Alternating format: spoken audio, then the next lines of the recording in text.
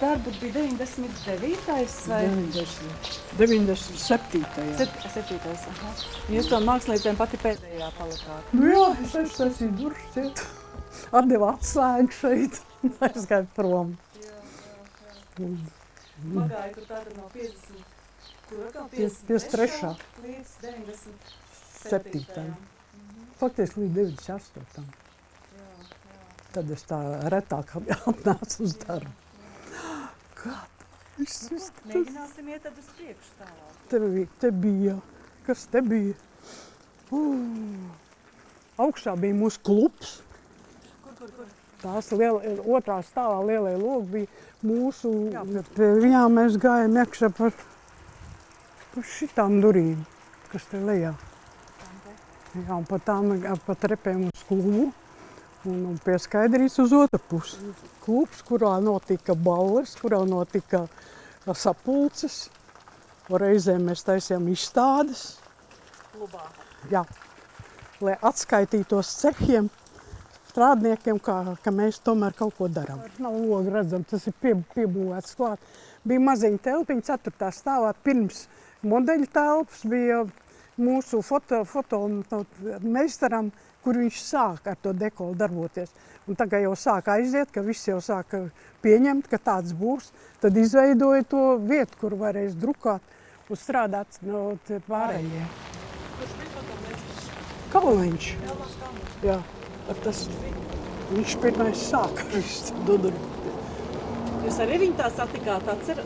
Jā, viņš nāca, mēs taču pilnīgi ciešā kontaktā bijām. Viņš rādīja, kā mums labāk uzzīmē, lai viņš varētu uztaisīt. Mums bija jāievēro viņa noteikumi, lai varētu kaut kas sanākt drukājot. Jo tas galvenais jau bija tā sakritība no sākuma. To, lai nonāktu pie sakritības, tur vajadzēja diezgan daudz domāt. Jā, tie gadi, pirmie kursi es nostrādāju Milgrāvī, bijušajā Esena fabrikā, tie man ir ļoti tādi mīļi un tuvi. Nu, kā jau jaunības un tāda, būtībā dzīves skolas gadi tie bija. Nu, tur tādas sakritības dēļ bija daļēji pazīšanās ar toreizējo direktoru Skursteni. Nu, tāds daļēji pārkrievojies latvietis, bet viņš teica, ka viņš vēlās man iepazīstināt ar visam ražošanas tām peripetijām, sākot ar masas sagatavošanu, tālāk formēšanu, apdedzināšanu, dekorēšanu un tā tālāk. Un tikai vēlāk, kad es šķīros no šīs fabrikas ar tādu, zinām, nostalģiju, tad es sapratu, ka viņš mani gatavojas citam uzdevumam. Proti, tas viss saistījās ar berklāvismu, latviešu kadriem un gatavoja man kā vadošu fabrikas vadītāju. Beatrice Kārkliņa, viņa stāstīja, ka kaut kur esot bijušas arī Esena formas senās. Tās bija augšā 4. stāvā, kur bija modelis, ko mēs skatījāmies ārpus. Tur viņam bija speciāli ar žogu, ar drātiem, un te arī uztaisīt aizslēdzams durtiņas. Un tur viss glabājās, kamēr atnāca jaunie gudrie cilvēki, kuriem vairāk tādas vecas formas priekš skam, viss izlādēja ārā. Visu, gan mācas formas, gan lejamās formas. Bet līdz 90. gadiem, principā, sākumam tās vecās Esena formas vēl ka... Bet tās jau jāizmirst, tās jau, man liekas, 70. gados izlādēja ārā. 70. izlādēja. Jā. Tā kā nekas vairs nepalika. Un vēl es atceros, ir stāstīts, ka kaut kur bija arī tie, kā jūs teicāt, tā masa, ja? Ka bijuši tā kā zemē aprakta. Tas bija tur ārpus. Tas bija tur, tagad tur ir aizbūra, tur ir uzbūvēta māja, bet šitā ir vecā māja. Tas, kas tur piebūvēts un arī tas tunels, tas bija tagad, tas ir no 70. un 60. gadu būvs.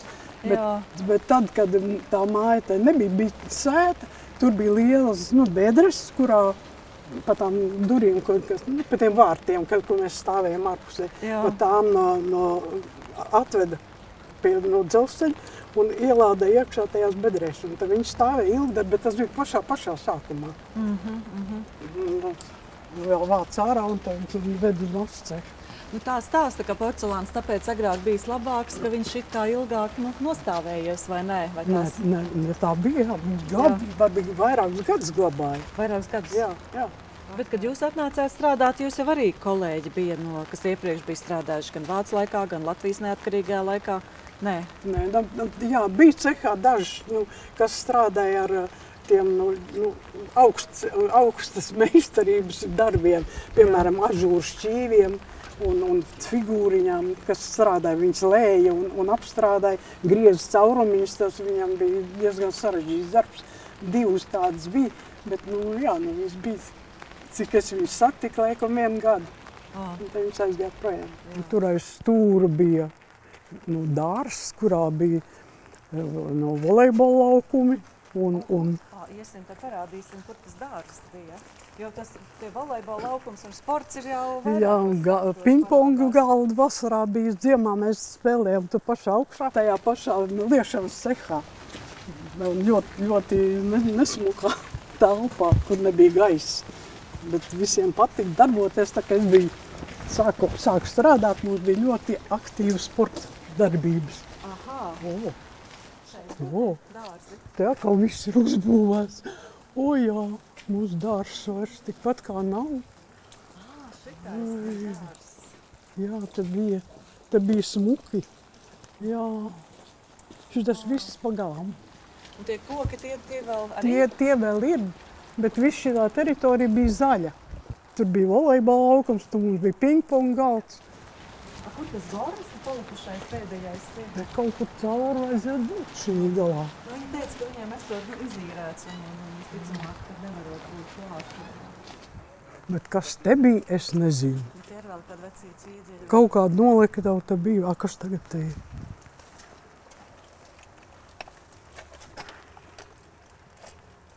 Te uz cehiem kaut kur var tikt. Uz cehiem varēja tikt.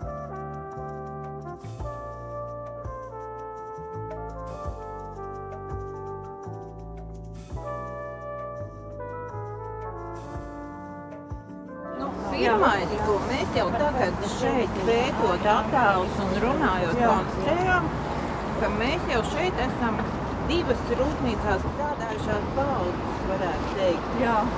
Jo šeit kungs atcerās vienu rūpnīcu, tā bija kura tika jau, kā jau jebkura vieta un lieta attīstās, tiek pārbūvēta un viss mainās.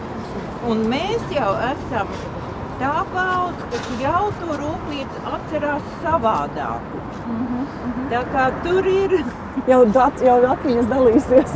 Jau atmiņas dalās. Rūpnīca tā kā Atlantīda nogrima ar visām tām zelta lietām, kas tur bija. Zelta ne tiešā nozīmē, bet cilvēku ziņā un visas tās attiecības un viss tas, kā varēja izpausties, viss mākslinieki, ka bija spaiņiem, porcelāna masa un krāsnes iet, un viss tas skaistums un iespējas viņas tā kā nogrība, pazuda ezera dzīlēs un vispār tika atņemtas, bet tāda ir dzīve, ka nekas vienīgā vērtība, kas paliek, ir tā, ka viss mainās.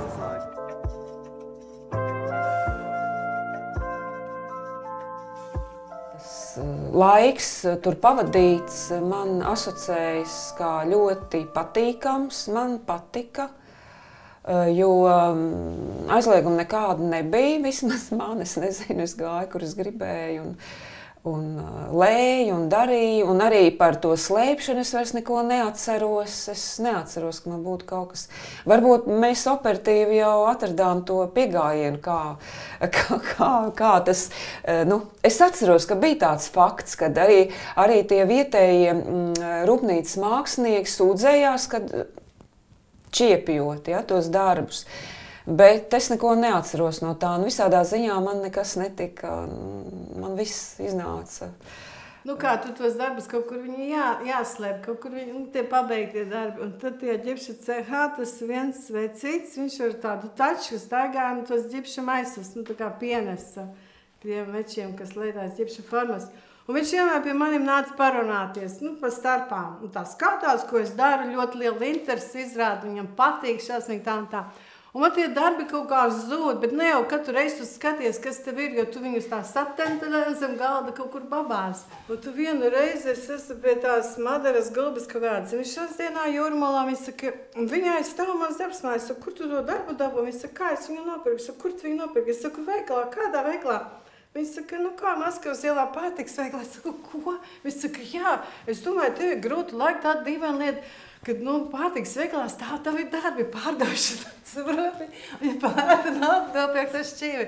Un te es sapratu, ka tas vienkārši tas vecīts, kas tas ģipšamais, vienkārši viņš piepelnījās. No sākuma stadions vispār bija ārā, mums tagad, kur tu tilts projām. Gan sporta zāle, es gāju vakaros, pēc darba gāju uz stadionu paskriet, izskrēju pāris apļus un tad gāju uz modulātā apkaļ strādāt. Stadions bija aiz tuneceka. Vai man rādās, ja es spēlēju pingpongu kaut kur? Galda tenis bija kaut kur? Droši vien, ka bija tai. Bet es spēlēju. Zālē. Nu, tu biji. Ja nebija. Mēs tagad nonācām, kas šeit ir pie tie tuneceki. Stadiona daļā būs. Stadiona daļā. Un šitai bija vēl tas toreiz vēl, ka bija tā mazuta stacija, te vēl bija iekšā savā laikā. Pašā stūrī te pašā. Un nāca iekšā, ka bija vēl apdedzināšana mazuta. Sliedz, viss nāca iekšā. Pēc tam uzcēla to tuneļu cehu un tad palika tā brīvā vieta un pēc tam es jau biju projām laikam, pēc tam to stadionu tur uztaisīju. Kurš pēdējais palika? Kurš pēdējais palika, jā, kurš aizvēra durvis? Es vēl paskatījos darba grāmatiņā, man ir kaut kāds atlaišanas datums sakarā ar uzņēmumu likvidāciju 97. gada janvāra beigas. Tad ir ilgāk nekā Dacē, vai ne? Es jau ļoti laicīgi. Faktiski no mākslinieckās laboratorijas es biju viena no pirmajām, jo sākumā man jau tā kā Ilona jau brīdināja, kad es esmu viena no pirmajām uz atlaišanu ieplānota. Bet tad bija tā situācija, kad braucu uz Rīgu viesoties Zviedrijas karalis. Un Rīgas doma porcelāna rūpnīcai pasūtīja vāzi, ko dāvināt karalim. Un te uzdevums tika iedots mums divām, Maijai Zagrebājevai viņas klasiskās rozes. Un Ilona zināja, laboratorijas vadītāja, ka es tos Rīgas skatus gleznoju.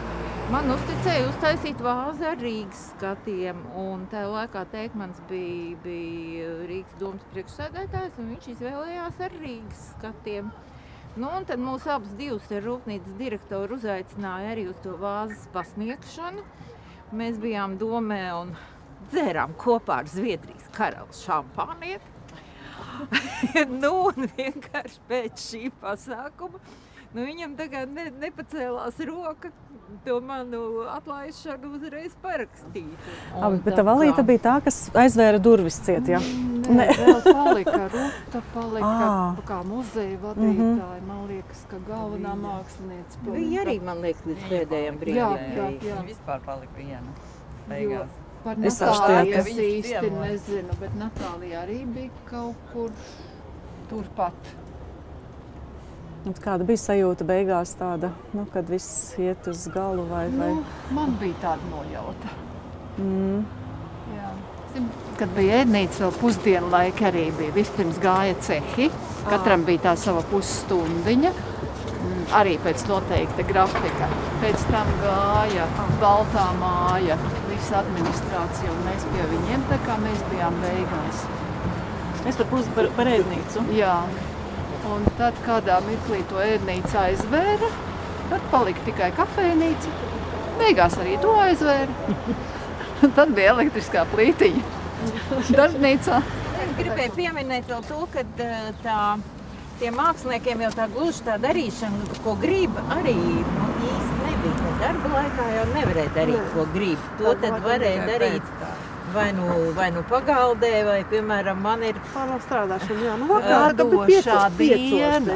Bet mums bija toties radošā diena, vienu dienu nedēļā mums bija oficiāli brīva diena. Un sestdienas, svētdienas drīkstēja nākt. Bet, teiksim, ar to, kad, man tā kā jaunai meitenei, es jau baltā halātiņā arī modulātavā nestaigāju.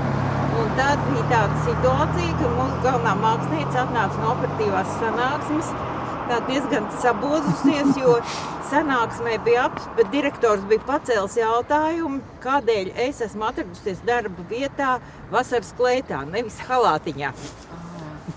Vajadzēja kaut... Jums arī bija kaut? Jā, balti. Jā, tos izsniedza. Jā, Mums jau konstruktoriem arī bija balti no sākuma. Mēs ilgi plēsāmies, lai dabūtu pelēkos, lai visur bija jālien pa visādām malām, pa konstrukcijām un viss. Tā mēs jau visi ar baltiem staigājām. Te jau bija vēl labāk, ka bija tajā laikā, ka vēl šitās tās komunistiskās tās dienas, ka vēl bija. Te jau cilvēki jau no dzelzceļa smējās, ka visi baltos halātos tīra teritorija, vai ne, kā teikt. Man nezinu, kuriem tie izskrējuši. Es to kļūt par štata mākslinieces fabrikā negribējās? Nē. Štata mākslinieks, viņš pilda savu plānu un viņam nav iespēja strādāt radoši no rīta līdz vakaram. Ja tu esi pasniedzējis akadēmijā, kuram gandrīz vai lielākā daļa vasaras ir brīva, tad visu to laiku tu vari pavadīt no rīta līdz vakaram tajā cehā un justies brīvi, ka tev nav jāpilda plāns 8 stundas dienu.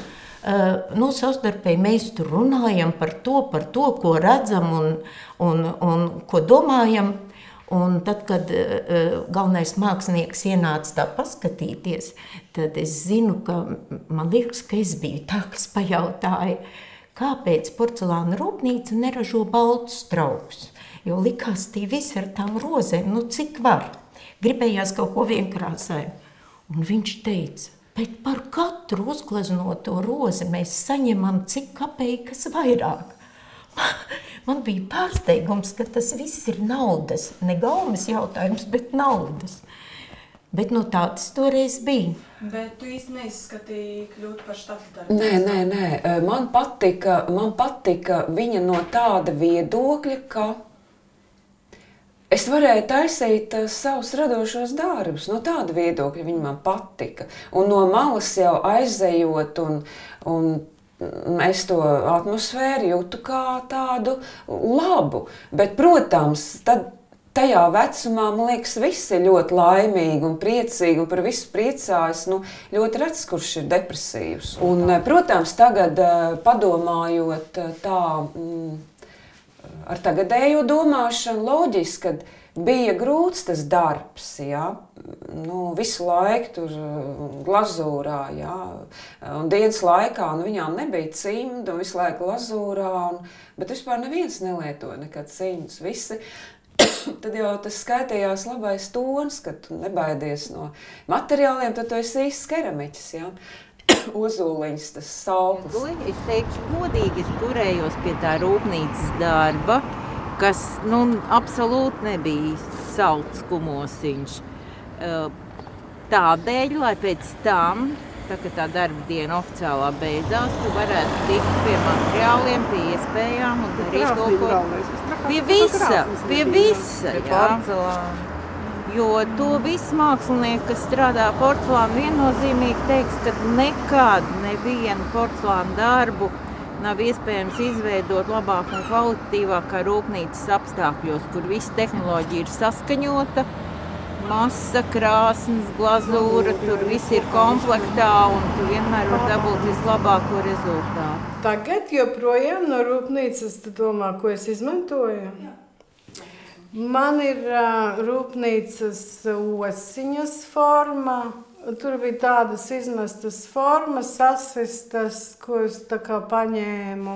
Jā, toreiz es nopirku, rūpnīca jau bija cieta, es nopirku 1 tonu porcelāna, ko es viņu visu laiku arī izmantoju. Jo es aizbraucu Ameriku 7 gadiem, un tas porcelāns stāvēja kastēs, kā es viņu biju nopirkusi tajās maizes kastēs. Es nezinu, kāpēc maizes kastēs, bet vienalga. Viena virs otras tā.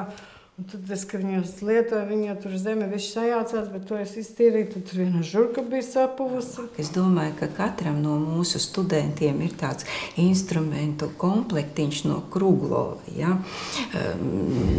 Nav teikts, ka Kruglovs pats viņus ir taisījis, bet rūpnīcā bija meistari, kuri taisīja tos instrumentus priekš rūpnīcas un priekš strādniekiem, un viņš vienkārši sarunāja, lai mums arī uz akadēmiju atnest tos instrumentus, un mēs vēl tagad lietojam šos instrumentus. Ja?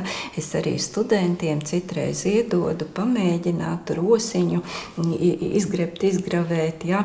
Ar vienu tādu instrumentu, un mani studenti saka, vai pasniedziet, kur jūs nopirkāt tik labs vispārīgi, un skatās internetā un nevar tādu vairs atrast, ja? Jo tas bija tiešām taisīts speciāli pēc Kruglova pasūtījuma, speciāli konkrētiem ģipša darbiem. Ja?